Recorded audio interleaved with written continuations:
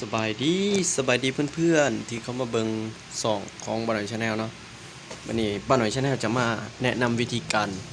ลบการค้นหาในส่อง YouTube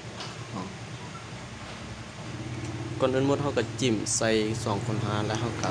พอสิ่งที่เขาค้นหาเนาะหลังจากนั้นก็จิ้มบนฟันเฟืองแล้วก็เลือกบนจัดการปฏิบัติทั้งหมดเนาะหลังจากนั้นเขามาจิ้มอีกเท่านึงพอจิ้มอีกเท่านึงเขาก็จิ้มบนปุ่มลบแล้วก็จิ้มบนลบตั้งแต่ต้น